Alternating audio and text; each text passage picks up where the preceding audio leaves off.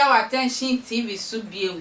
Na me ne mapam for atnase na sesi a wonam kra krom ha se ya who signboard bia straight signboard a obehu na marks e hye nipa no who so we nipa say ye half body half spirit ontimi hu nti na na we na your friend a young Ghana man be a friend Kwame Bedi Akon cheda ope president edi na Ghana for edosopo na we na ye nua bra kokko won sa bra kokko de opia ya mema sebe oni onwanya encounter no omudin na wobobo na so we de otum sa bra kokko politics kakra na oya ma ye nua be ma Bedi Akon o de me enti abra kokko mra sesia na ye try encommodie ni so. So Charlie, I've been seeing the new force, the mask ni nyoma bi.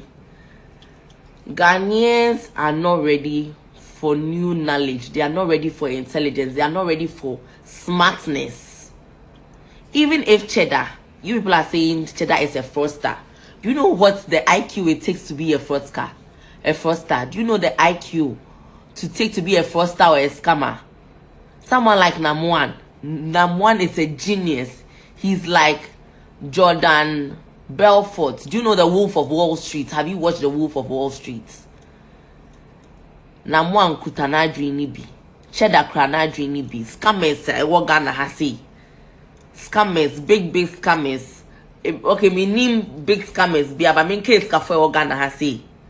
Escaper. Chairman Ewusi. Kofi Aban. Nana Pra. Sam Jonah. It's kafo ben kran Ghana hasi.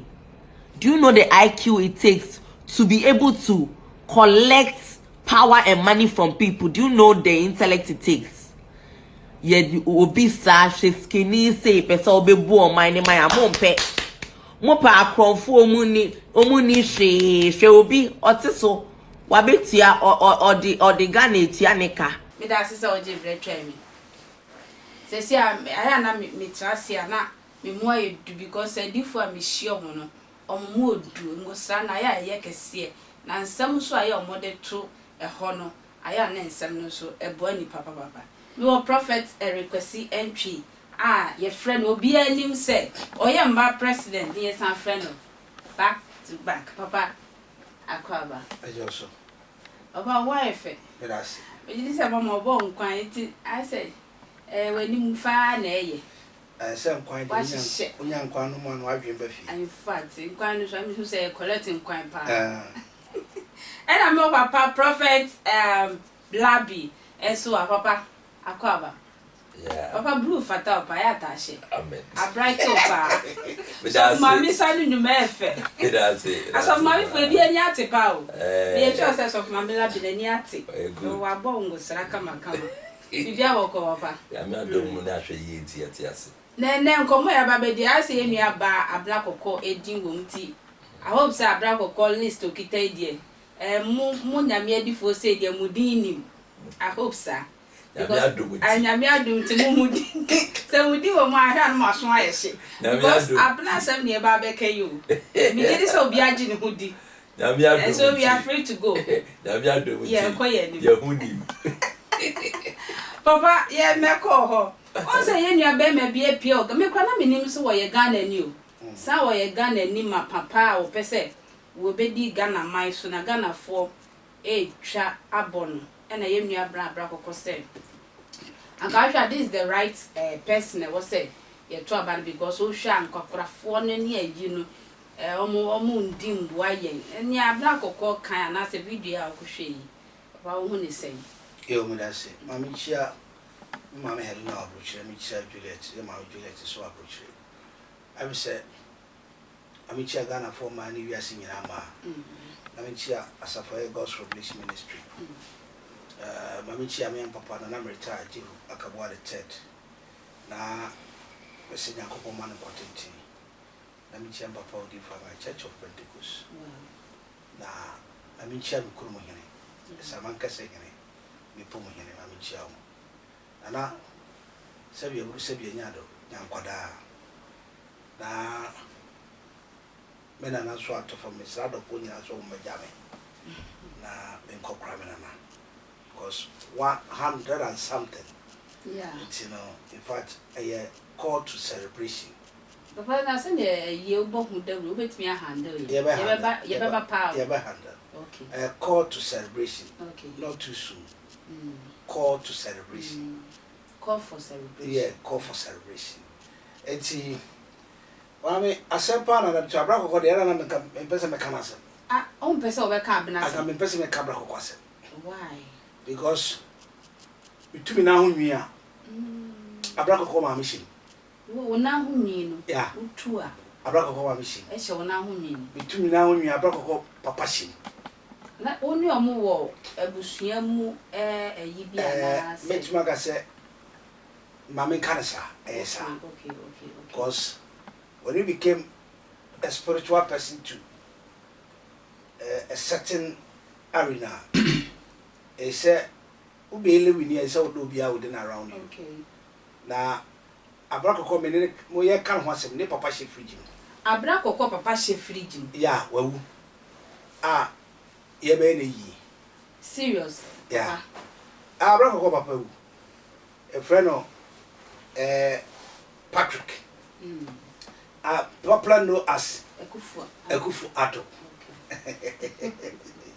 Ado was Ekufu Addo and I say Edino. Oh, Edino, Ediano, Kitano, what I say. Abraka papa. Yeah. Oh, okay. And see, I got things so be a 1 year there. Certain things not to be done. Then maybe you have a new question. Oh, yeah. And no, and I just say, or the Patrick Kwamra Adu said, yeah, Adu. It's a black of a worship free man. Ye be, you know. Okay. Very papa open wasem. A black of papa so travel chicacra. As a obefi. It's if people doesn't know. Now, ne mama so have a very nice friendship with them. Okay. It's minim de ntia wa beka politics. Abenaa. Yeah, I don't know. Go be a papa who are she fridge mu de. It say you need to mourn your father. Yeah. It say we put you with decency. Okay. But what ja papa ya wo be ye ya say uti ni suo no. Na me hu sa bra kokka beta TikTok, Facebook, Twitter.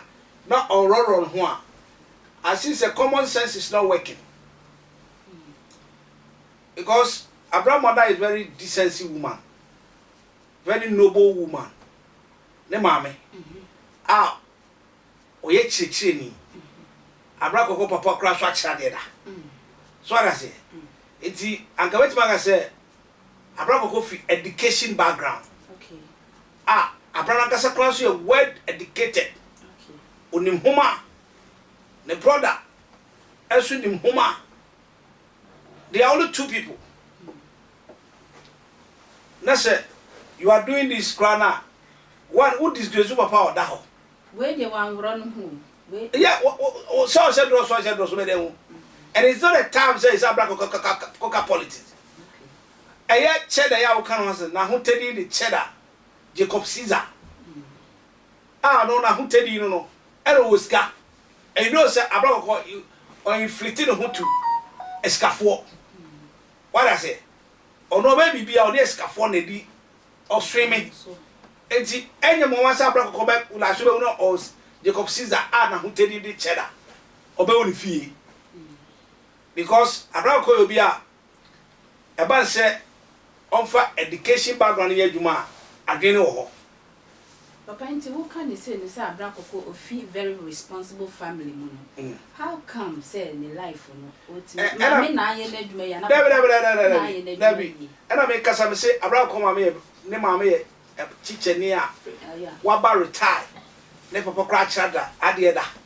Enti ofri ye kasa education background say efia etiti ni pa nti e holo free nti this kind of rubbish na all ye nyina no e bombokat what I say so utimi ko tre ba bi atwitwi shisha nko 20 million obra papa wu na usa utras now reasoning up now ko tre ba bi ko politics ko twitwi shisha e ko ye unyama emfata akani kakra you so bipolar. Bipolar. By bipolar, no so more quiet, papa. It's so we pay attention. Oko fi crunch. No say chase abonten. Ako having fun. It is abrakoko serious. E di Ghana for me tie abrakoko asem oka. Say omo to abama the cop Caesar. Yes, Caesar is a millionaire. Na hotedin e the cheddar. Oye millionaire. Papa na waka say obia menti abrakoko na cheddar na on pen asem na. There be me kasi me cheddar asem. Cheddar is a cheddar. Why? Oye youth vibrant. Obi akoso to abani mani bia no. Me crash about me decide say me to ama no na me to ama no. But as of ye expose ye voting no abonten. It is 2025 no work and 2024 dey beto aba. 2024. Work president On go for paper say obeto. But ebi ni say o say Ghana for no. Ye tumirika perspective de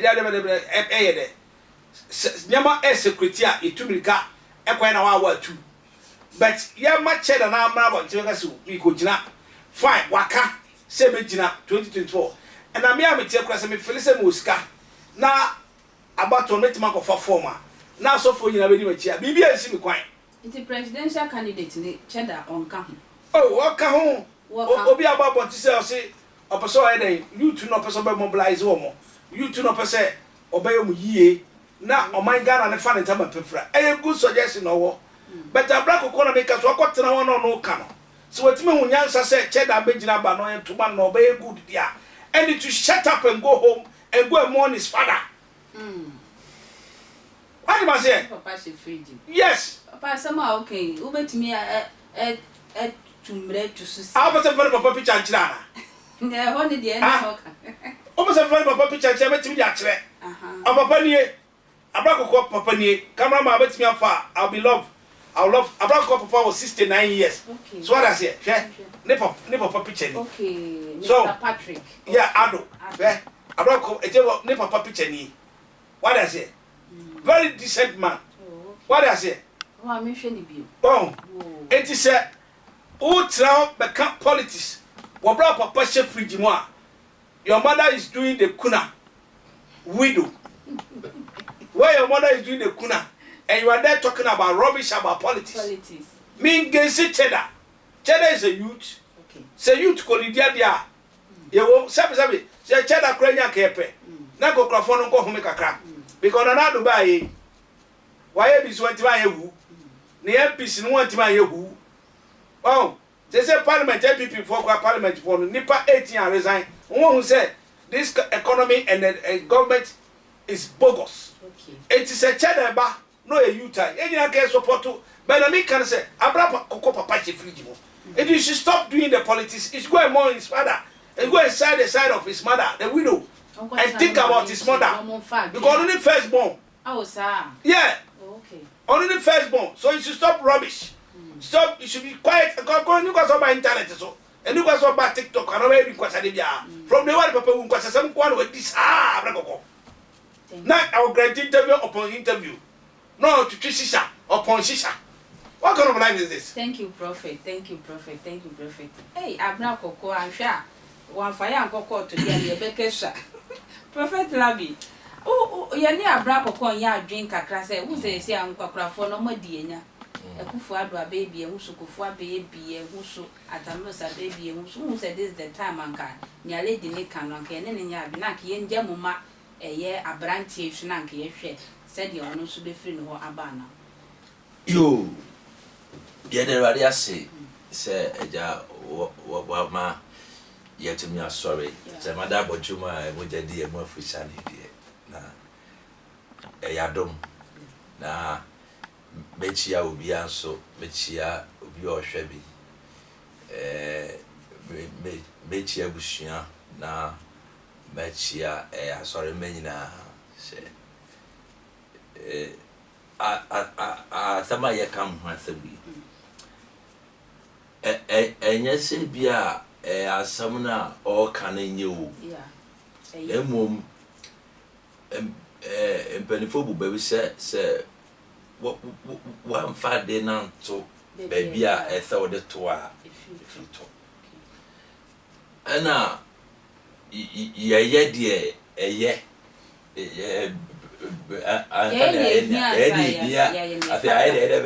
fata. Enti ye na ye di de se yeah, asama ye can moving ka say na mo ya sofo na mo ka politics na de anka esa sofo kwa na anka ye kwa na esa ka ye ka politics yi Okay. Say ye kwa ne say ye na anka ye ka politics no. Why? Because so what it bremu o mo di hine nyina ne asofo di di ye. Okay. Obi a odi hine tetibre mu bia wo ne di fo na say without a prophet no there will never be a kingship. Okay. So what you say enti say ye nya sa adwuma bi de say ne edi a nipa nti ase say ya sofo adwuma say o mo hwe o man no so ye adwuma no enti na asambo a gay can anka enya sambone say yen try boy no yen bobo dan try na yen hwe say o betumi aboa ana in fact ye to abama kufu ado no nipa amfa na adwenya to fom yi bia me ka say anka obi anka what this 60 years all pension there yeah man adwuma ye den. Wow. Na so nsem bia mse okan ye ni nsem akase bia wa chen no oka kire ye no e ma no to ye ntirima ye mu bi wo wa ye empire bokra de man say o media Baba kra bobi oh me 3 days all night e ma kufu wow why are there papa any ye ne enti asama Abenaa Korkor kan enye bone demom ne a ye pese ye kire ne se omaima ye wo mu se obi ebibi eto fomo a obi hwehwe se o di buo ni die be dey ebe manipa no na wotumi atena se so bibi se afi abre bia mu gofo betumi abafie abusuafo betumi abafie ene omo enimu no ni adofo betumi abafie etwa se obi abafie obeto na oni di amane na wo kire de ye den a de ye ya efi ya wo jawuye na mom enye bre ya ye de ekoka ye de ko ye politics ni enti de ye pese ye kira Abenaa no se sable ye bre a se ye de trans ye difficile na ye di ifiasam ne ade ba ko mpese me san so serviceafo se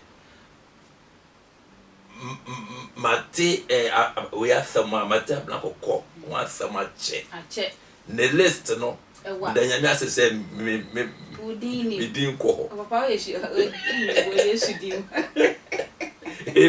wo bo baba wo ade a me sre Ghana for but de me check camera nim me sre Ghana for say problem bia ye dua ba no owo do se anu aduro ho dia yemwa no na kana se ye kan wabo wedin na ye de ye fan na ye sre na ye hwe na se ekwan se bia se ekwan bia ni wa sa anu ni aduro dia ende minim dem a doctor for amwo omaga na mu ne mo a mo wo we na me sre se anu waduro e betumi aboa ne dia ende ne mesese yempe emoa enfama na anhwe ya be ko level foforo different level all the be free list no dini bobo akọ different level na no de ye pese ye betumi aduru ho asema me kan we asempa anya sa one day yet wa you hu an say oni obi life papa on what travel wa ye twem yo and then na obekọ ne de mu do ni mu do we twem ho Oh, Yeah. enti me sere Ghana for asre busuan for asabusuan asre Nebra. Nebra. Omonfa ababawa no emfa kwan bi so na yetumi ensobu sa yetumi ensobu sa problem no na entumi enye fine emfa emaye. Papa na wo hwa kwambedi a queen chede obe waye difu wo hwe sunsum ne honamani a wo be boa ye die Cheda obi a on a mission in life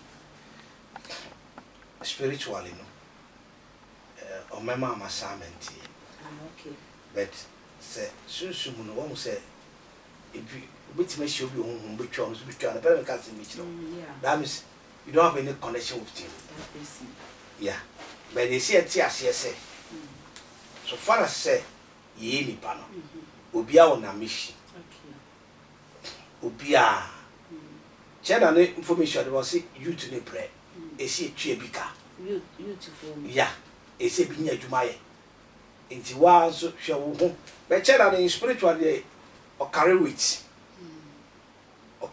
ba on Ghana for ye nyini ntum until say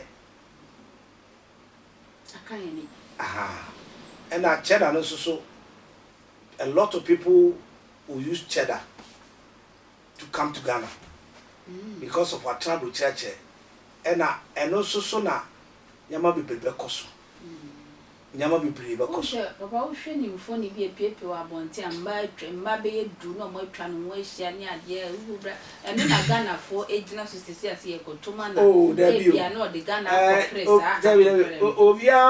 obi awo ne sebe say gay ni lesbian am person mu to me you have your choice to accept it you have your choice not to accept it so what I say e bi say materialist ni tifi abrochiri o waji atumo ho gay no and lesbian no yes o waji atu ba obedu Ghana ha materialist was o mo mpene o head no o papa waji atu nti wa ati ase ade because materialist for one concept be say somebody quotation if you have reached ba and a secular ko ba bia obi ade be preach you don't have rights to prepare your own message the same request to presby it is a head office for Ajatuma wa otiasia no who are you to say no it is like ade boy ho ban pe e Ghana mra ye mra ahisha to it is cheddar no so eba no obetima be president because meji ge atuma na me nyintum and I'm better than one. Now, baby, I'm so better if you are king. And you need queens. You need queens around you. What I say? Baby, you was Cabiano, we a king. And you need queens around you. And I be a some funny no channel. Would that be Obia was Cabiani to do something for remembering for that? What I say? So, who was Scar? Make cry my myself with neither my best of no scar. It's a baby be a dachi.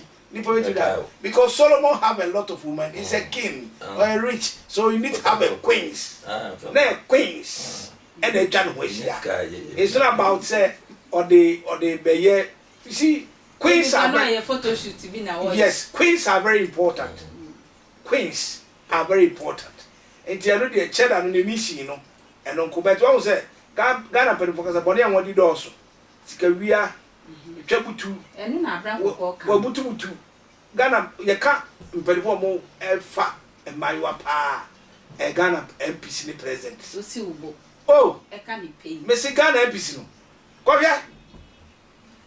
And then my one pedman in I MPC on a bonable form. One bonable form. About what you to the bedroom of bodies is here.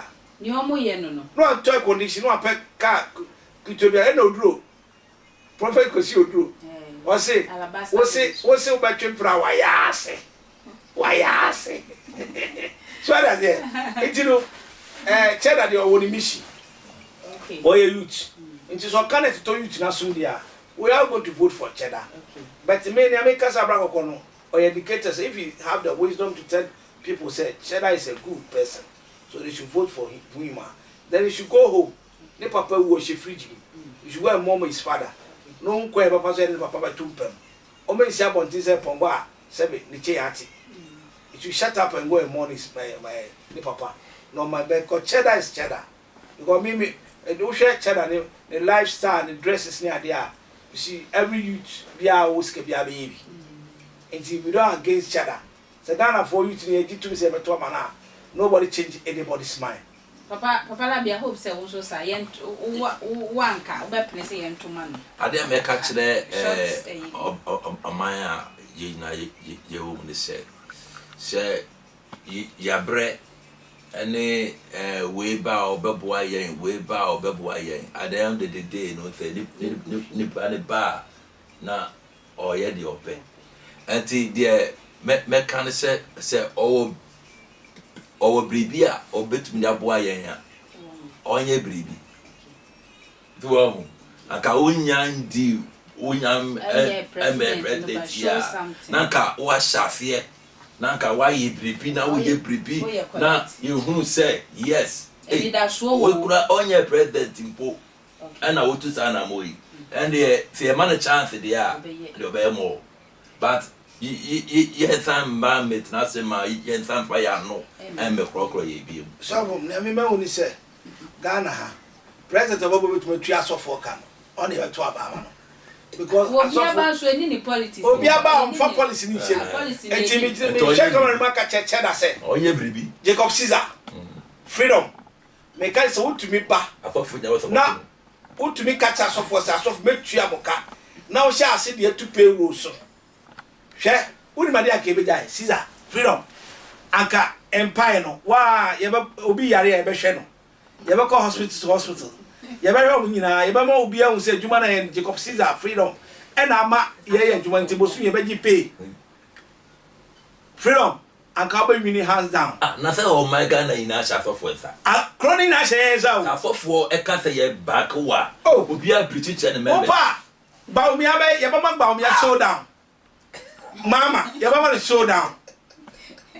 Alan, your mama is showdown. Eddie, Cheddar, Yamika Chonse. Call the whole Ghana pastor, Asia on Independence Square. Say, she can't bet you, yet if you told me was a part, Cheddar so bet you as of Kayi. Me say, me my fault. Nase, Ubetima, ye.